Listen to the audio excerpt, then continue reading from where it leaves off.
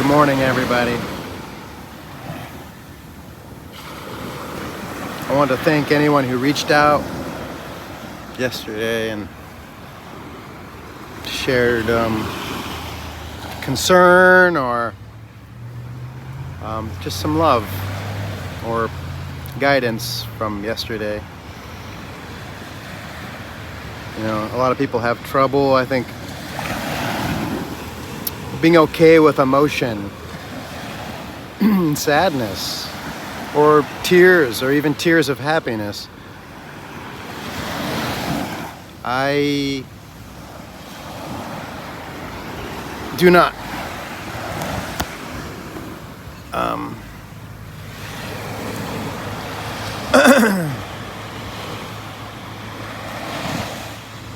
it's a hard thing to share, though.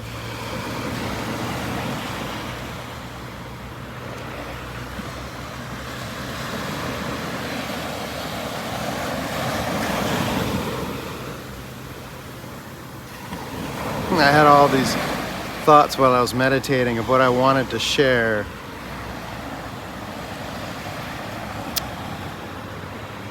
And now I'm blank.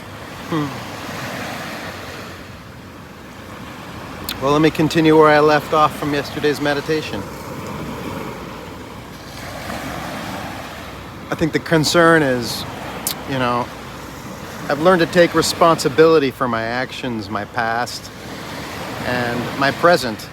And I've learned to realize that whenever I feel anger or judgment, these are all reflections of something missing in me or an unprocessed emotion that I'm reflecting back at myself and externalizing with someone or some situation. And I think that's a good thing. However, there's self-abuse when one realizes they might have hurt someone or made a mistake, quote unquote, done something not out of love, or said something not out of love. One might take that out on themselves. And I've done that before. And to an extent, I think that remorse and sadness and anger at oneself can be a contributing positive good thing to a point. Of course, there then becomes self-destruction and self-sabotage and self-hate, which is not a good thing. And I've learned for myself just to have the capacity of empathy, which is where I have an ability to just feel what I've caused and use that to never do it again. And use that to screen my actions and my words with present and future situations, especially with people that I love and that are sharing love with me. That is to, it's raining right now. The universe is crying with me.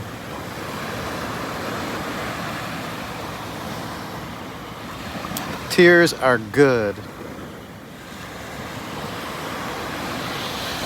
Tears are a release of energy and emotion, an expression of love for ourselves, for others, showing emotion that we actually have the ability to feel. Not just sadness. I cry for sadness. Sure, my missing daughter, my dead dog, lost opportunities, friendships distant, gone, hearts broken. Of course, there's times when I cry. But the the moments I cry for that are momentary. Like, I'll cry and then release it. Most of my tears, just so you know, are when I feel love, when I'm touched by something like a demonstration of compassion or love between people or people and animals or animals and to people. Like yesterday, there was such an outflow of people who kind of reached out to check on me, and were concerned and wanted to share their love with me and do that in one way or another. Just saying hi sometimes is enough. But that made me cry because I felt the love. And that's so beautiful. That brings more of my tears than anything. 80% of my tears are out of love and joy and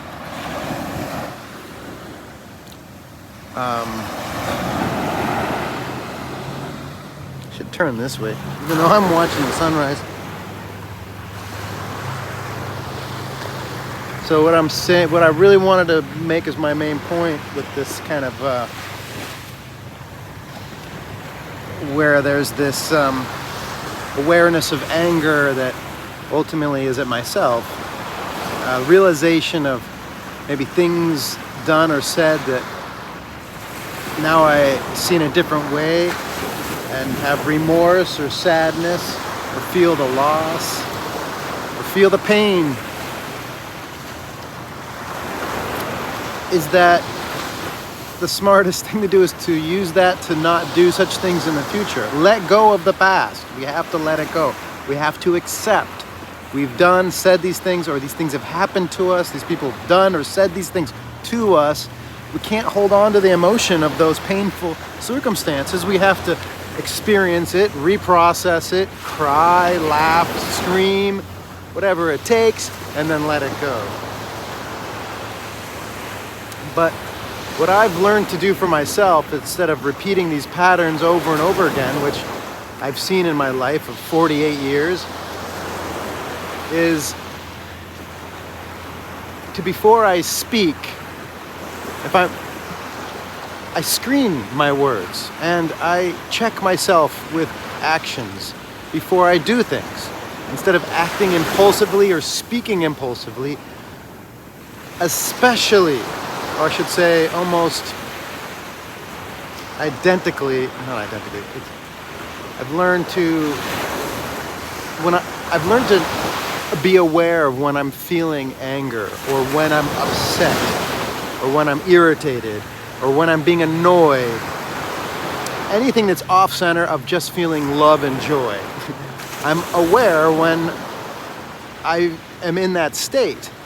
And it's a natural state where we all experience this, but not always so aware of it. I've just learned not to speak or act impulsively when I'm feeling that emotion or energy.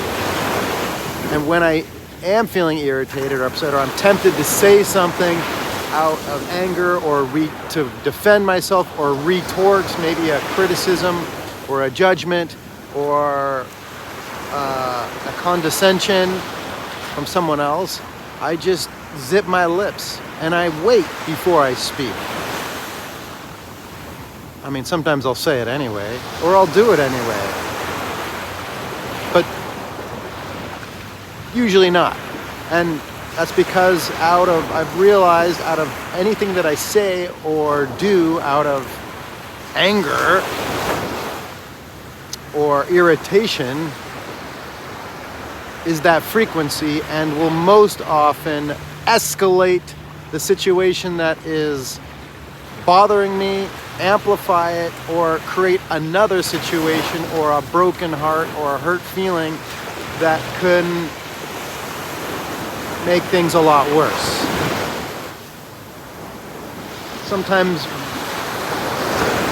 we think if in the moment it seems that it feels good to, like throw this energy back from which it comes. Judgment, condescension, swear, when someone judges us, it's like we want to throw that back because it feels bad.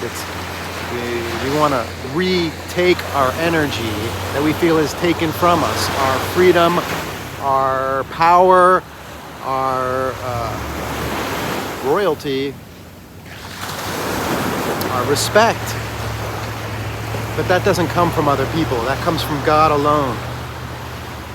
It comes from our own hearts with ourselves. So when I feel this anger for myself of things of the past,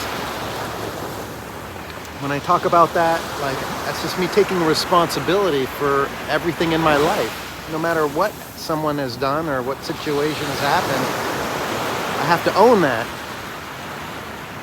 And that doesn't mean I hurt myself for that. It just, I change for the future. And I've learned to be stronger and wiser and smarter. But also to keep feeling. To not cut off my heart from emotion, from feeling pain, from feeling hurt, from feeling sadness, from feeling love. That's a tough one. Can we still love once we've been hurt? And once we've lost? Yes, we can. But we have to be able to express and be okay with that. And thank you all for making it okay for me as a man to express myself, my emotions, my sadness, my pain, my tears. I encourage all men to be able to share their feminine side.